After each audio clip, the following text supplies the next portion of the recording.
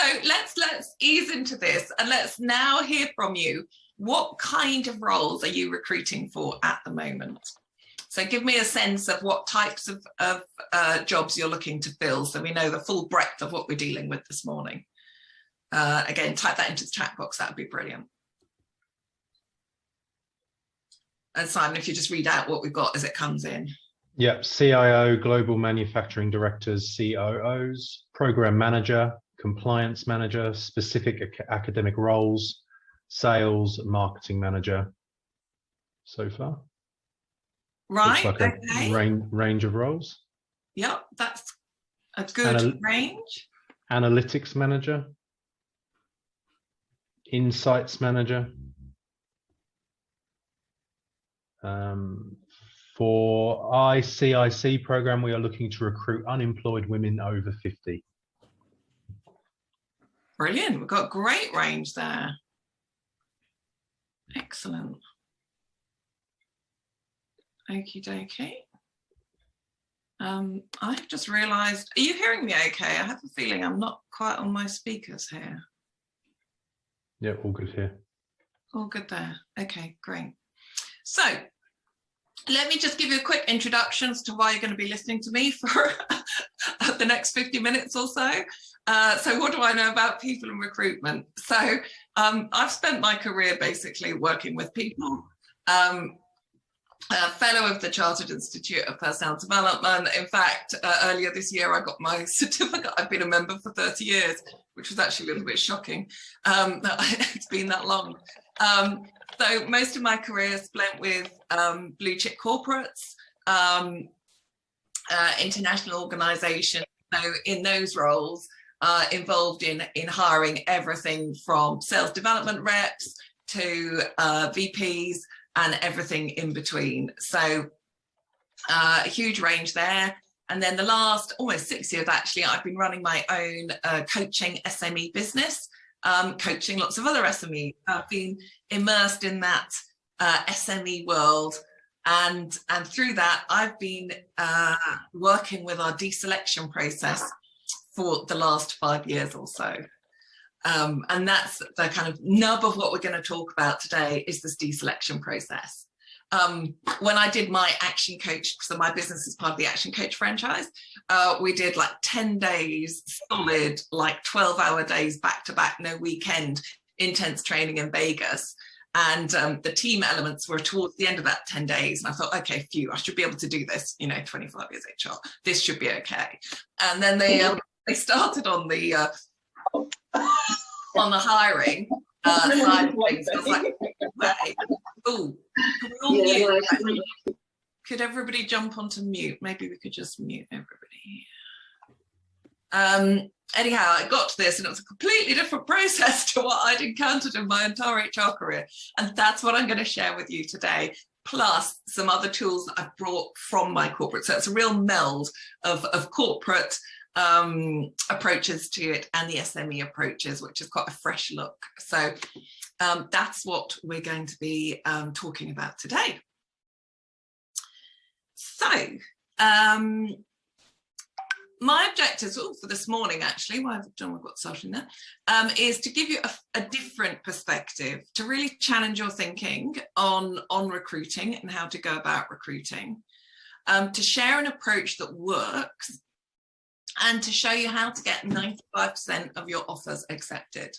And I've done the maths, and that is the rate that this process has achieved in the recruitments that I've been involved in, both directly for myself and my team, and also with the clients that I've supported through this process. So it really does work. So as I say, I think that fresh perspective at the moment, it's such a challenging environment. That really came through on the feedback that you gave us as you signed into this event. And as we know, that the definition of insanity is keep doing what we've always done and expect a different result. So we've got to have a fresh thought. So let's just hear from you. I'm really keen to hear how is the recruitment market feeling to you at the moment? Let's put in some words into the chat box. So what does it feel like for you as in your business, in your role, as you're looking to recruit for those roles you're recruiting for?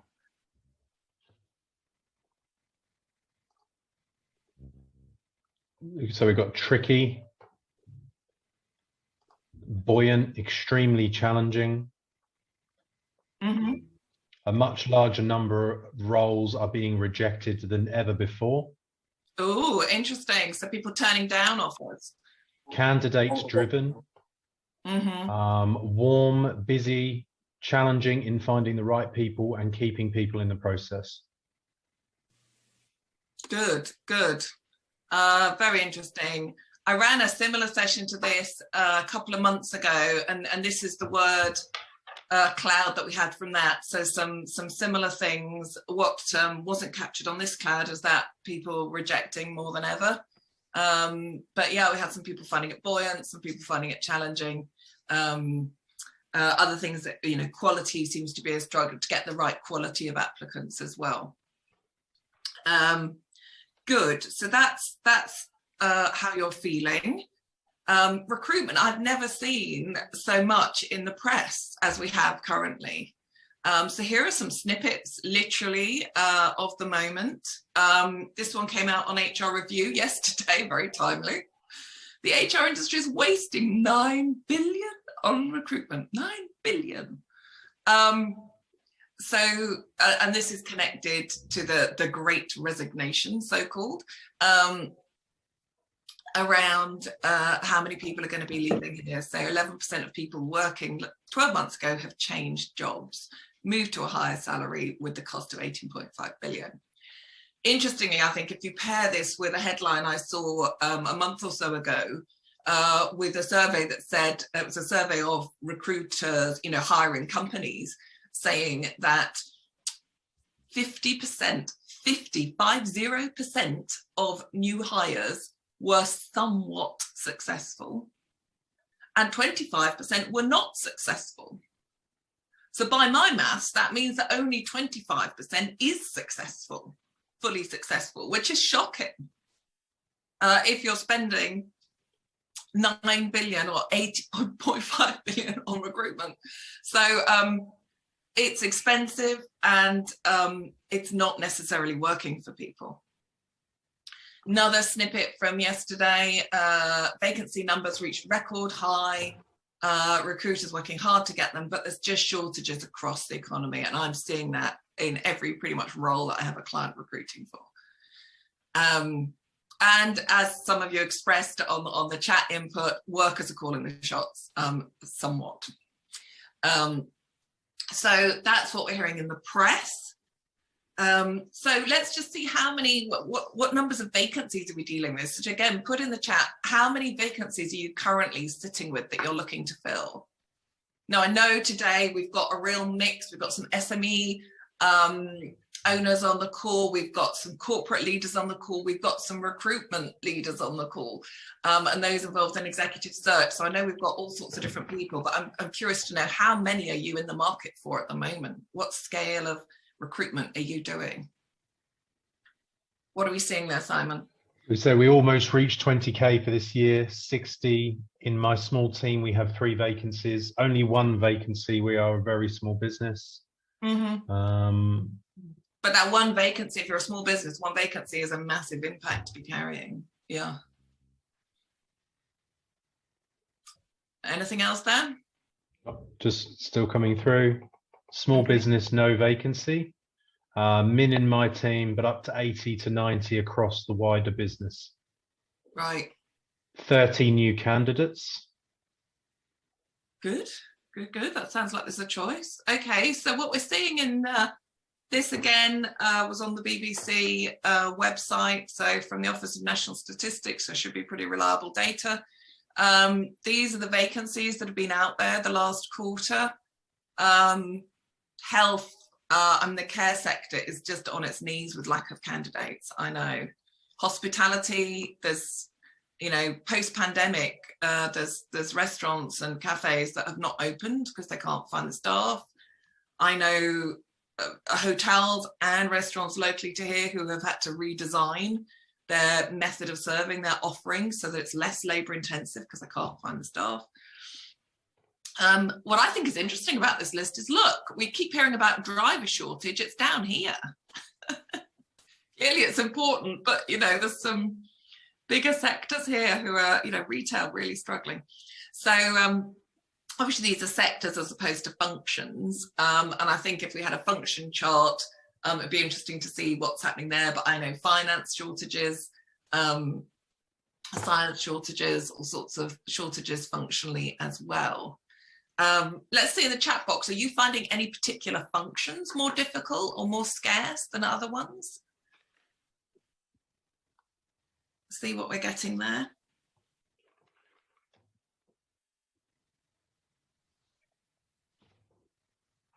What are we getting in there, Simon? Nothing just yet. Digital. Oh, yes. IT, science.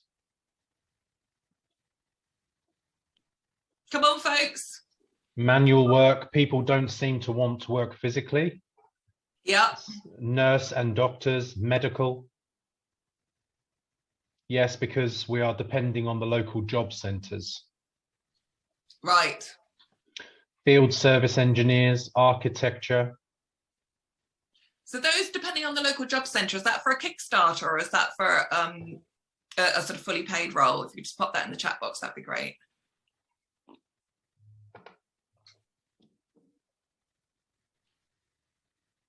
Excellent. So just jump in, Simon, when we get the answer to that. Yeah, will do. Okay, so we've got vacancies, we've got a shortage of candidates, and yet we know that if you've got a winning team, which is what you need for a winning business, we have got to somehow get the right people on the bus in the right seats, and that's our challenge now. So let me say again, let's pop in the chat box. I want more action happening in the chat box here, guys. How important is it to you to get your seats on the bus filled, to get those vacancies filled from a business criticality point of view? So to give me one for fine, actually we can take our time, there's no particular rush, if we find someone we'll have it, up to 10, this is business critical, it's really hurting us. Give me a number, 1 to 10. How vital is it that you get these roles filled?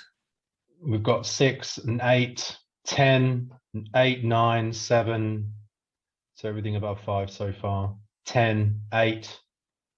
Okay, so this is really hurting for some of you.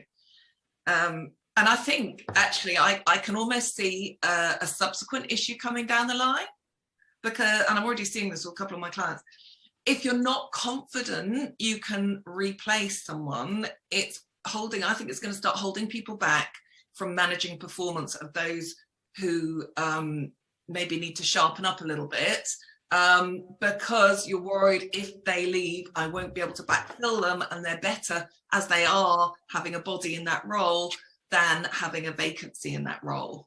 So I can see that it's going to start to come in as well and create some slightly different issues. But it's absolutely imperative we get these filled. So what we're going to talk about is the deselection system. Anybody ever heard of the deselection system before? No, we normally talk about selection. So at its simplest, what we're doing is we're attracting the widest possible pool of applicants, and then we're allowing them to deselect as we take them through a process to end up with a very few, very engaged, spot on candidates for what we need. But these two parts are the critical. One is we have to start with a widest possible pool, and then we have our rigorous process.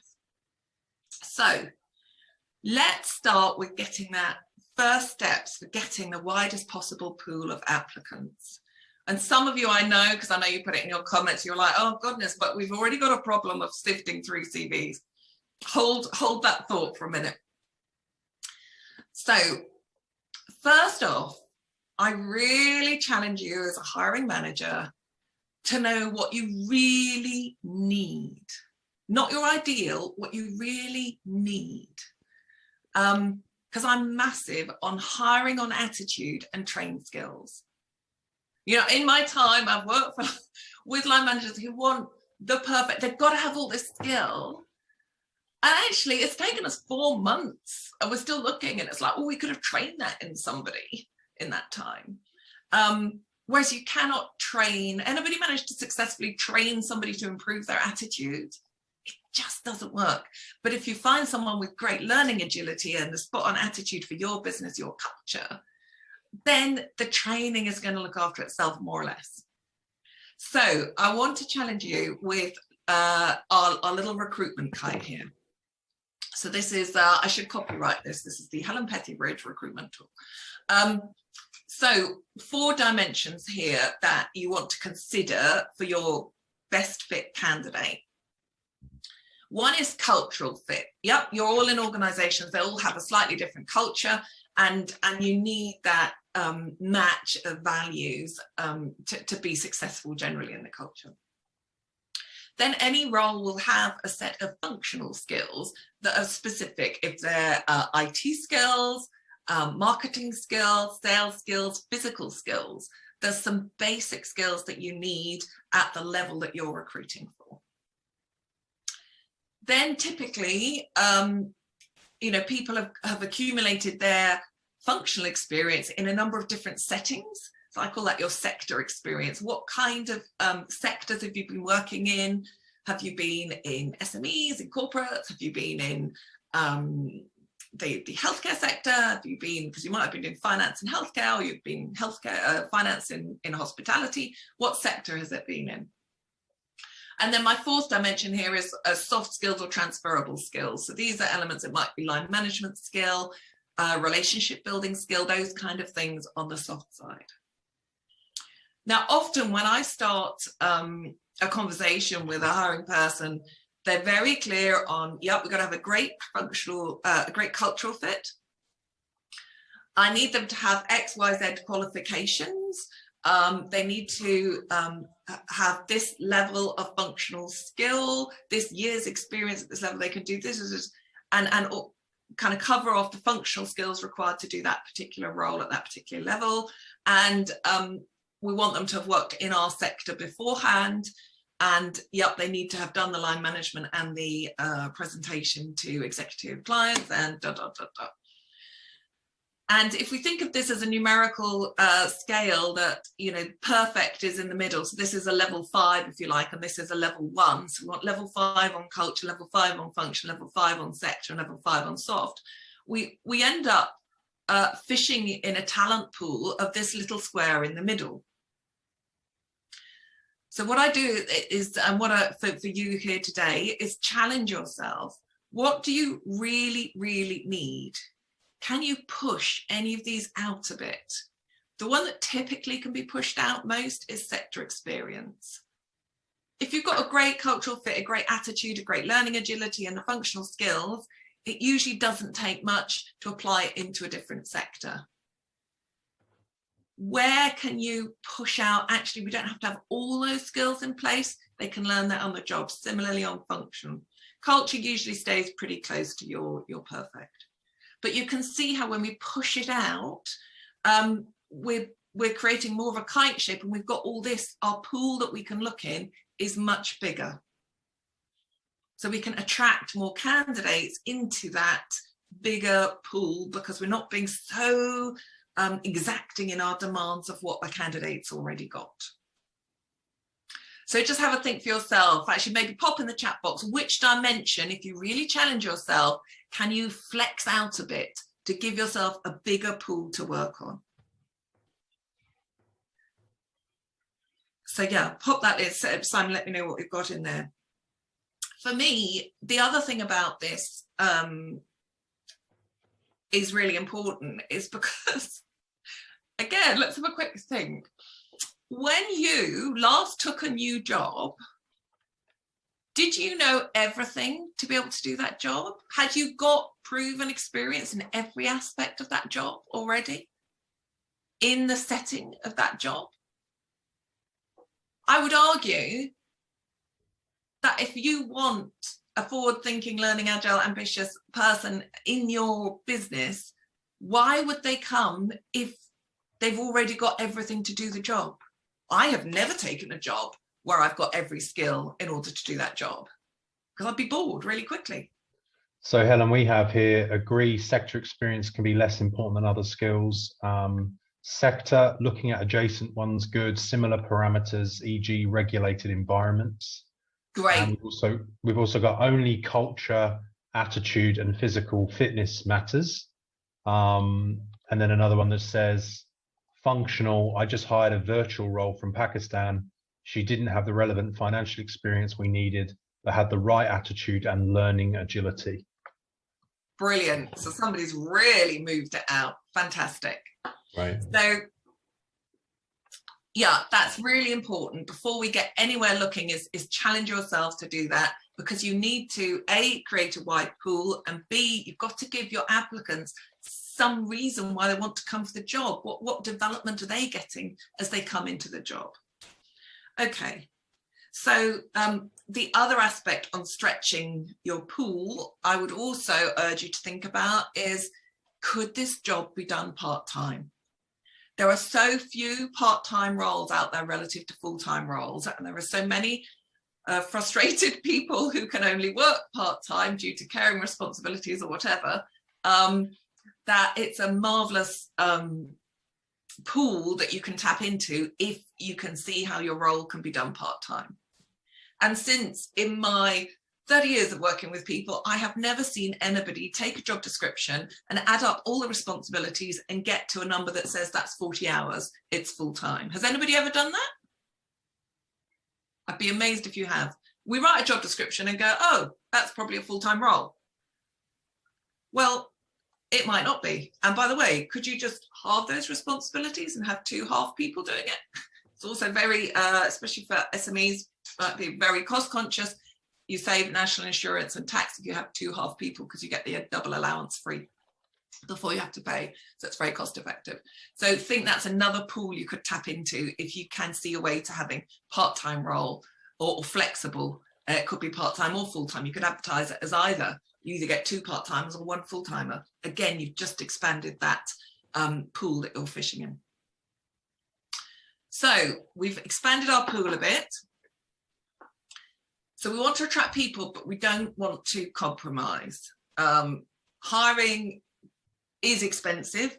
If you use a recruitment along the line, a recruiter rather, to help the search side of it, there's a fee. Almost more important, I think, is the time that it takes to onboard someone and train them up. So we need to make sure they're the right person. And that's, for me, the bit about hire slow is hire carefully, really. I'm sure you've all seen this phrase, hire slow, fire fast. Hire slow, though, does not mean take forever about your process. For me, hire slow means take your time to get the right person. If you don't find the right person, go again. Simon and my team is a great example. It was my 3rd trip round that I actually found Simon. And I just hung on because I knew it had to be the right person. But when you are in the process, you need to keep it moving, especially at the moment. If you are doing some long extended process, there's an interview in 1 week and then something else the next week and something else the next week, they've gone. They have gone. So, and some of you I know will have challenges if you're in the recruitment side of this, or you're on the HR side of this, getting your line manager maybe to make the time in their diaries. But the only way you're going to hire at the moment is if you get that process moving. When you've found the applicants, you've got to get through, understand if they're the right person or not, and complete that process as soon as possible. The fire fast is, as you know, if sorry, laptop starts to do something there. If they're not working out, then make a quick decision, move on and go back into recruitment. But we want to find the right person, but keep the process moving as you're going through it until you find them or don't find them and go again. So we've got our pool wide in terms of who we're looking for. Now we have to attract them. And this is a comment a lot of you mentioned before, how to attract quality candidates. So my perspective is very much recruiting. A recruitment campaign is a marketing campaign. We have to treat this exactly how we treat a piece of marketing. So if you've got marketeers in your organization, go and chat to them, get them involved in your recruitment. So the absolute basics of marketing, where a marketing campaign always starts, is by identifying the target audience. So who is it? Who would be ideal? You've got your kite. but what are those people doing now? What kinds of people are going to want to work in your environment, in your culture, in your location? What stage of their career could they be? And you could have multiple different targets, but you need to identify them. So maybe actually you've gone, actually, I can really push that functional skill out as long as I've got the learning agility. Great. So could that be an early career person? Or could it be a later career person who's wanting a change in direction? Are they somebody who's really ambitious, or are they somebody actually the person who you want in terms of the attributes you're looking for, and what is somebody who's wanting their next long-term role? They may be mature at the level they're going to be, but they want to be really valued. They've got a lot to give, and you want that kind of a player. Decide and work out, why would somebody want to come to you? What target, where are they at in their career? Is this their second move? Is this a post-maternity returner? Is it a career changer? What is it? So really spend some time working on who is it, who you can imagine, what sorts of people you can imagine in their situations that would make them ideal for this role, that they would think this role is ideal for them. See what we're doing now? We're thinking candidate first. What people are going to think your role is ideal for them. The next piece is, what are you going to offer them? Now, I don't mean salary. I mean, clearly salary comes into it. By the way, if you're not putting salary on your adverts, forget it. In this environment, why would someone take the time to apply if they don't even know it's going to match their current money? Totally urge you've got to get salary on that advert if you're going to attract anyone. You can have a salary range, but you've got to talk, they've got to know that it's worth applying for because they're in the range. But offer is so much more than that. What experiences are you really offering? Are you offering them, and this varies, and there's benefits to everybody's situation and context. So I was working with a small building company looking for a quantity surveyor. Initial comment to me, Helen, it's really difficult to attract people because we're so small. People want to go to the huge, big corporate builders to do their quantity surveying. I'm like, really? Some people will, because in those large organizations with larger teams, they're going to go much deeper. But hey, you only have one quantity surveyor. So the opportunity you can give someone is the full breadth. They've got soup to nuts. They've got the whole jing bang they can be responsible for, probably, well, undoubtedly a lot earlier in their career than they would when they're dealing with much higher value contracts. In a much bigger organization, they're only going to get a chunk of it. Whereas so that's where we go back to, okay, so our target audience, that's what you can offer. So your target are people who want breadth of experience. They want to have it from start to finish across all aspects of the purchasing in the building area. So be really clear what you can offer. Can you offer flexibility? Do you offer dogs at the workplace? But particularly, what skills, what experience can they expect? Do you offer customer facing? Do you offer what kind of decision making do they have? What kind of autonomy do they have? Be really clear what you're offering them in terms of the benefit of doing the job, the experience. What are they adding to their CV having done this role? And then finally, when you're clear on your target and you know what you're offering, you can then write copy in terms of an advert that talks about target and offer that is going to resonate with your target audience. You can't write copy if you don't know who is going to really be attracted to you and why they would want to come and work for you, what they're going to get from it. So we say target is 10 out of 10 important. Really put your time in there. Offer is 5 out of 10. Copy 1 out of 10. Yes, it's important, but it almost falls out. The words will fall out from you when you're clear with your target and your offer. So treat this as a marketing campaign and start getting very clear on those 3 aspects. So when we've done that, we have to attract our customers. So you're going to have a laugh at this, but again, think marketing. How does your marketing team, and if you're a small business, you are the marketing team, you might well be, how do you attract customers or clients, whichever you call them? Do you use language like this when attracting a new customer? To be successful as a customer, you will enlist a whole series of requirements. Do you tell your customer that they're going to need to commit to, that they will be expected to, that the role will require you to? I'm not kidding. I went on Indeed, I just put in sales manager, and this is the first job ad that popped up last night. How attractive, we're talking about attracting candidates, how attractive does this wording sound to you? Have you written adverts that read like this? We'd never approach a client like this. So why are we going to the marketplace for people like this? It's very, for me, demanding. And it's very with the employer. You know, we're in a candidate-led market at the moment. This kind of wording is not going to help, I would suggest. So let's have a quick hands up for find the thumb up, or literally put your hand up and give a wave. Who thinks they might need to look at some of their wording? If we've got any hands going up, Simon. Well, we've got lots of people off camera, so we have oh, right. no way of telling at the Give moment. me some thumbs up then. Definitely, we've got definitely, probably.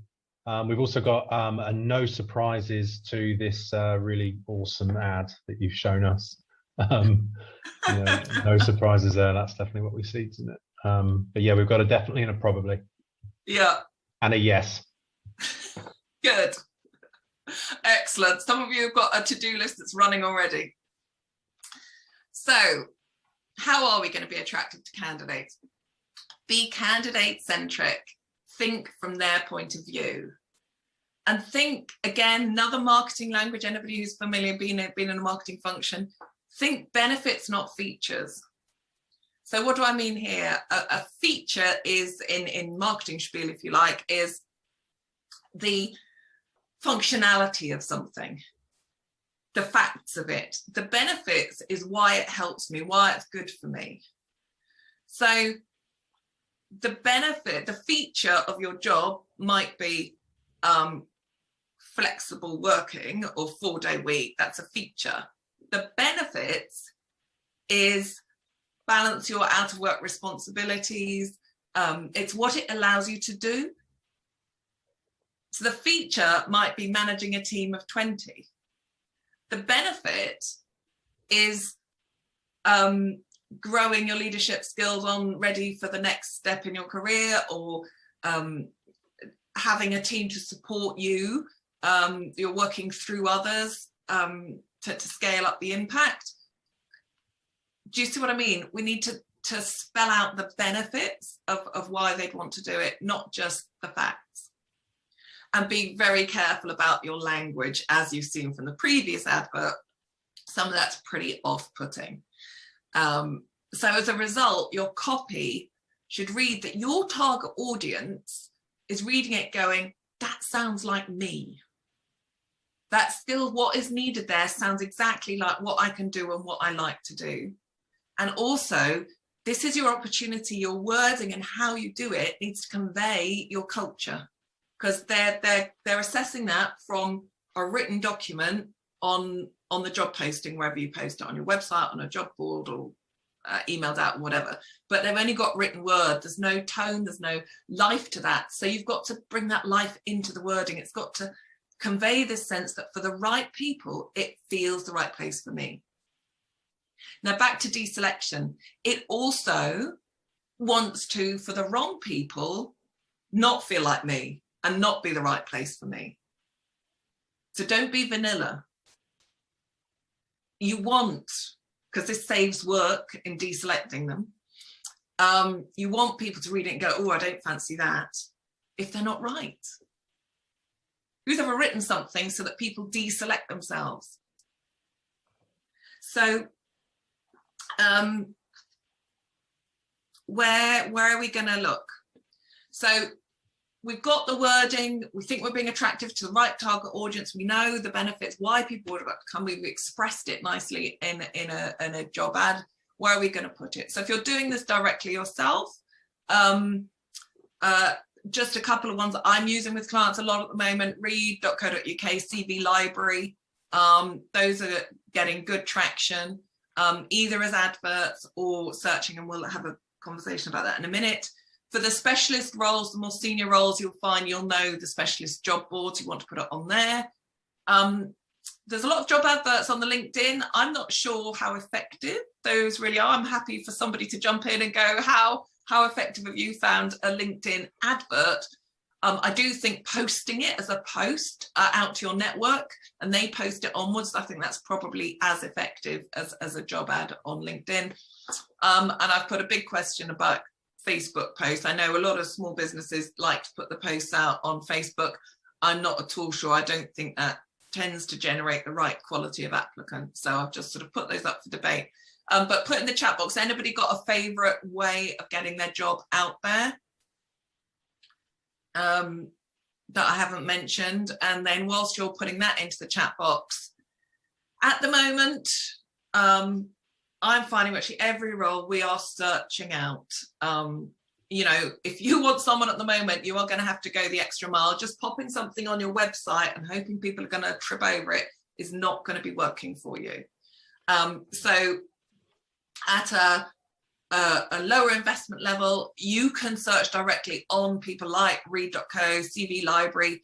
The search that you can, yes, there's a payment of 100 quid, 200 quid, but you can go in and search all the CVs. Great functionality to search yourself. You can search on recency of them looking or amending their CV, which gives you a sense of how recently they were active, and lots of different search terms for you. For the more senior roles, you can also search on LinkedIn. You know, just put in the search bar the role you want. You can approach people, send a message. I'm looking for somebody. This is our advert. Please have a look. Would you, approach people directly, or indeed go to, if you haven't got time to do that yourself, go to and get some support to do that with a recruitment agency or search agency. But at the moment, at some level or another, you're going to have to go out and actually search. I kid you not, we searched for a van driver for one of my clients. I would never think in my career we would get to the stage that we are searching out a van driver, but we did. We found two great guys, but we actually were searching them out. Have we got any favourite visibility tools there, Simon, that people have added in? Well, we've got that LinkedIn has generated a lot of applicants for roles, but does create potentially too wide interest as not close to what is needed. Right. We've also got an agreed need to approach your target person. It's also in the chat. And also absolutely managers need more training. That was from a bit earlier. Right. Yeah. Good. Okay. So we've got to get the job advert there. So here's just a little example of my PA job. What I wanted just to emphasize is this: your advert is not your job description. We need to be really clear. These are two completely different documents. So this is the job description for my PA.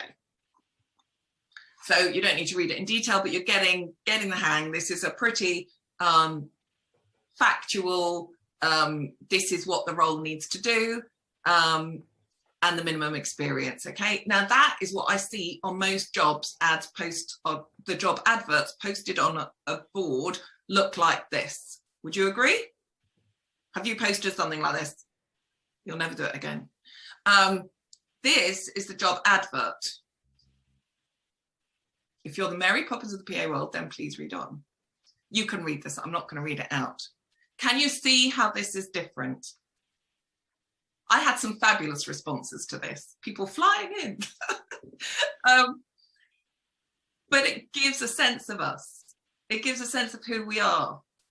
And there's some important little things in here. Yeah, endless learning. We're a learning organisation. Of course, there's great learning here. And cuddles with a teen pooch, because you know what? I actually can't cope with someone who's allergic or has a huge dislike of dogs, because we have an office dog. So I'm just putting in those details. So if somebody doesn't like dogs, you know what? They're not going to apply. because it's in the advert. Deselecting. And if they don't like the feel of this, they're not going to like me. So they can select out. If they're really formal, that's probably not going to work because I'm not. Do you see? We're getting the culture around, we're making it more attractive. So as we're looking at some of this work, finding the benefits, if some of you are thinking, Helen, I can't quite see how to turn this, get these benefits, what I can see that they're going to really want from it, then this is something. What I do is offer people a pro bono coaching session after you've joined one of my webinars. So we'll have more detail of that at the end, but this is something we can talk about on that call, is what are the real benefits of working for your business in this role? Because that's the greatest start point, because then you can write something like this. Okay, so let's have a quick, in the chat box, have you been posting job adverts or job descriptions? Just put 2 words, advert or description, as to what you've been posting out to attract people. I've got advert, description with a very unhappy emoji. It's really captured the emotion of that too. Well, good. I'm glad enough of you are genuinely doing an advert as opposed to a description. A bit of both. Good.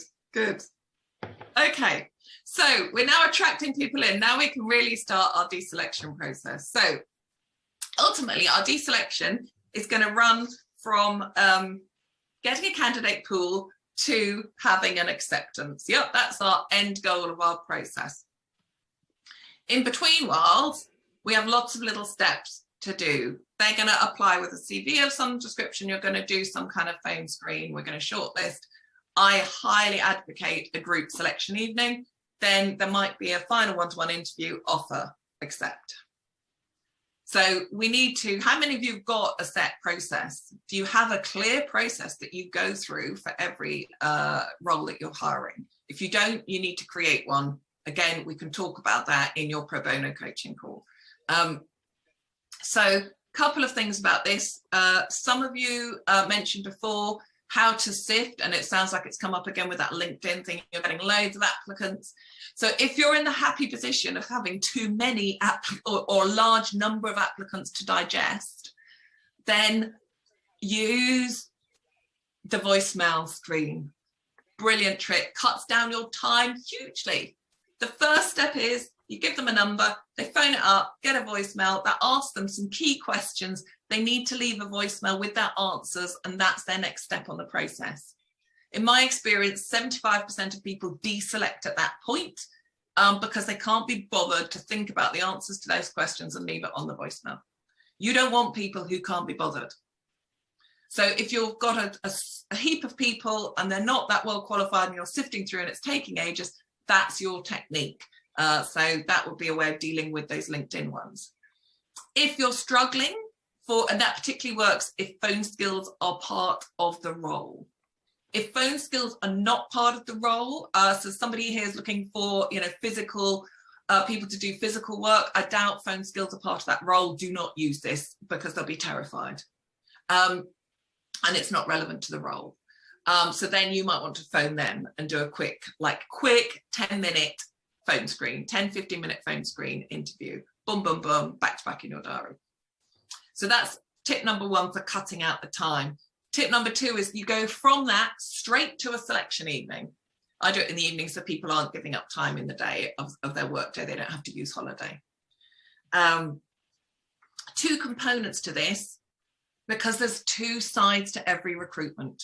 One is the candidate has to choose you. The other is you have to choose the candidate. But we're doing this candidate first. Yep, candidate centric. So the first half of your recruitment evening is you explaining everything about your business, where you come from, where you're going, the role, the team. You are engaging them and selling, but honestly, but you're giving them as much information to make their decision about if you're the right place for them to be. For me, that is a minimum of an hour.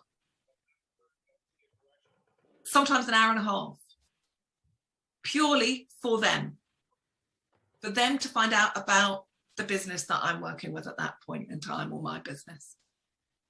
I can guarantee you no other role will they have that much information about what it really would be. Bring your team in so they can meet the people they'd be working with. Typically, and how long do you typically spend talking about the business when you're interviewing in a normal kind of process? I'd say usually it's maybe 10 minutes at the end of the interview, maybe you're talking about the business. But you want to give them as much of an experience as possible that gives them that insight into what it'd be like for working with you. Then you can turn the tables and you ask, and you're finding out about them through different questions and exercises. But I want to emphasize here, if you want those acceptance rates to go up, you've got to give them the information so that they have experienced, not they know, but they've experienced and felt that this is the right place for their next career move. And you can't do that in 10 minutes at the end of an interview. So I really urge you to rethink how you're communicating and giving them that experience. They know what they would be involved in, they join and they can accept. So a couple of tips there on your process. Questions clearly in any selection process. Once you've explained about the business and again answered their questions about your business, you then want to get information for them. Remember, questions are there to get information. You want to ask a question, then listen, probe, quick listen. You know, you want to be 2/3 them talking, 1/3 you maximum. And then watch out for that answering your own question. I do see that sometimes. Not a good technique. Plan your questions. It's a question funnel. Some of you, this is absolutely old rope. Some of you, you might not be experienced in interviewing. I know we've got a huge range on this webinar this morning. So you want to start with a very open question. Tell me is one of my favorite openings. And they start off. Then use the STAR model as a good basic model here. What's the situation of it? Tell me about a time when you've... they give you the context, the situation. Then you want to ask what's the specific task that they had to do? What did they actually do? And what was the result? It's a nice way of structuring to understand what their really experience has been. And then, you know, right at the end, you can go into that closed question, you know, was it successful or not? Did you hit the target? Did you, whatever it was that the mission of that task was, were they successful? Lots of question starters here as you go down that funnel to find more detail. So use those as well. So, but plan your questions, you know, and make sure they're consistent across all your applicants, because you want to be able to evidence that you run a fair process. Really important. Should anybody, it's just good practice to make sure you have it counters any unconscious bias that you might have. And to be honest, most people have got some unconscious bias. As long as you've got good practices in it, it won't come through, which is great. But it protects you as well. So make notes and make sure you're asking the same questions of everybody. Think about how you can gather this evidence, especially if you've got them in person or even on Zoom for a selection evening. Lots of different ways you see. You know, you see how they write an email to you. Did they write a cover letter? What was the spelling and punctuation like in that? If spelling and punctuation is important for you, you've got some evidence. How was their CV? Do you do any psychometric testing or personality testing to understand their strengths there? Interviews, exercises, real life in-tray exercises, challenges, group exercises, lots of different ways of doing that, of course, individual interviews, group interviews, and even a trial day, trial shift. See them actually in action. For some roles, that is really appropriate. So make sure you're using the range of things to really assess and get to know, because this is going to help you make the right decision. Make sure these are relevant to the role. They've got real face validity, because actually as candidates go through this, you want them to be getting closer to the business and feeling, actually, I like this. They're really taking their time. They're really making sure I've got the skills. You want this to be a positive experience. It's not a hurdles to jump. It's that I want to make sure you're right for the role. We're going to do this next. So how you position it. And then we need to make the decision. You've got all that information. You have this big pool. They've self-eliminated, potentially through the phone, the voicemail piece. They didn't choose to come to the selection evening. Don't worry, they weren't that bothered. Go with the ones who have come. And then finally, you've got all the evidence. You need to make a decision. That decision needs to be objective. So make that decision objectively, looking at the data you've got in front of you because you've gathered it along the way. Offer generously. We go through all this process and then I have like, if they need an extra £1,000 base to get across the line, then if you can at all afford it, then do it. If they're successful in their role, they should be earning it back. You should know for every role how it's going to earn you money back. Sales and marketing, very simple to do. Support roles, they're going to earn it back because they're freeing your time to do more valuable activities, or they're freeing someone else's time to do more value creation activities. So effectively, remotely, they are creating value. Know how that's going to work. And if you've got the right person, you've gone through all of this at the moment, you don't absolutely go mad. It needs to be affordable. But don't be getting away with some people approach the offer with the absolute minimum I could imagine anybody wanting, or, oh, well, they should, you know, why in the current market would somebody move for the same salary? It's probably unlikely. So you're going to have to do some kind of, it might not be on base, it might be an incentive you can do that on, so that ultimately look at the total compensation. Helen, just while you're on the subject of money, I've got a great question here. How do you go about paying them for a trial day? Oh, good question. Can we come to that at the end? Hold that and I'll come back. Remind me, Simon. Yep. So decision, communicate quickly. This whole process needs to be speedy. My record, I did this for a client hiring a bookkeeper. We went from briefing of the job to offer in 7 working days. Anybody beat that? So we need to manage this process quickly. Lots of steps, but it can be very quick. We can, at the first point, we can say to people, there is a selection evening on this day next week. Please reserve it in your diaries.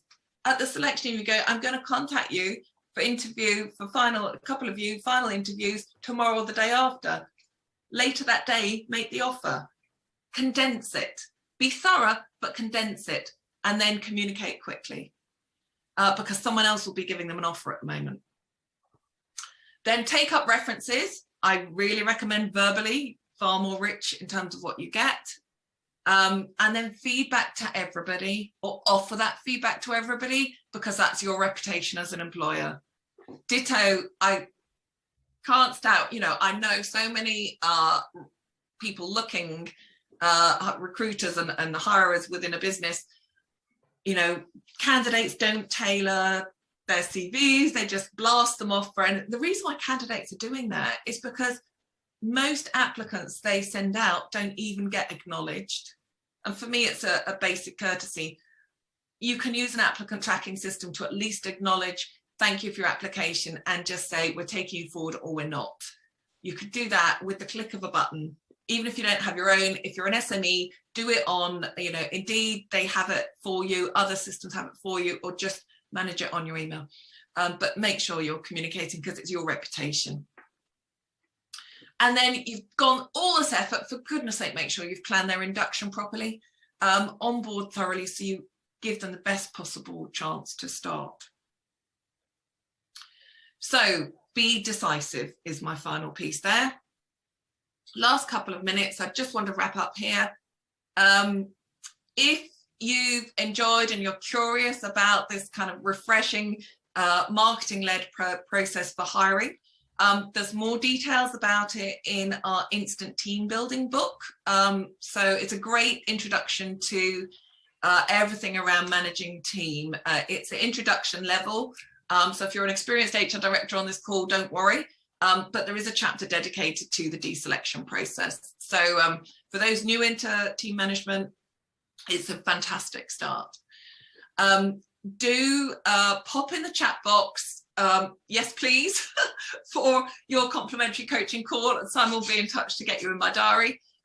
We also have a feedback form. Simon, can you drop the feedback link into the chat box? Yep.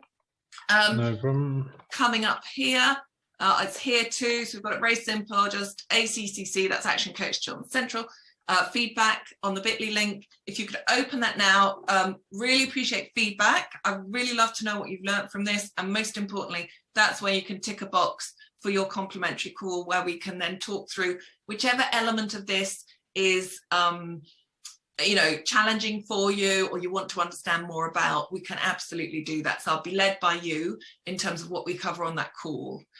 I also want to gift you a 50% discount to our next planning day. So we do this with all our clients once a quarter, is to create a great plan for the next quarter. Next quarter is the first quarter of 2022. So a really critical time in your business to make sure you've got a good solid plan, which if you're on this call, sounds like it's going to include some hiring. So if you want to get a clear plan to make sure you achieve everything, then do join us. It's a full day of planning and education with us here in Marlow. Normal price £300 for the day, including lunch, refreshments, everything else. So 50% discount for attending here today. Again, drop us a note if you'd like to hear more from that. So get opening that feedback form, or just pop in the chat box, yes please, for your coaching call. And then we're pretty much on the nose, but for those who can stay, let me pick up any questions. So I'll start with that one we had about how do we recompense for the trial day. I've seen it done in a variety of different ways. So for some organisations, it's unpaid. I would say it depends how long your trial is. Is it a full day? Is it half day? Is it 2 hours? What is it? It can be it is part of the selection, and they get, you know, the opportunity for the job. But I would only trial the very final candidates if you really want to see someone in action. Others just do a one-off payment. Or indeed, in fact, Simon did a trial that I wanted to see him on the phones, get in there. So that was a commission led, anything signed on the day, commission based on that in a business development role. So various different ways you can orchestrate that. If they offer, the other thing you can do is give them an extra day's holiday when they've started. But obviously if they don't start, that doesn't work. But if they have started, that's another way of sort of paying them once. That can sometimes be easier for a corporate to handle it like that. What other questions do we have? Any other questions? No questions at the moment, just lots of thank yous from those that have dropped out. Just thank you at the moment, no questions. Great. Well, it is top of the hour, so please do click on the link in the chat box, or just type it in from here. Open up that browser and complete the feedback, and then we'll be able to come back to you and get those sessions in the diary. Thank you so much for joining us. I hope you've got some learnings there. I'm sure you have, and I hope to speak soon. Take care then.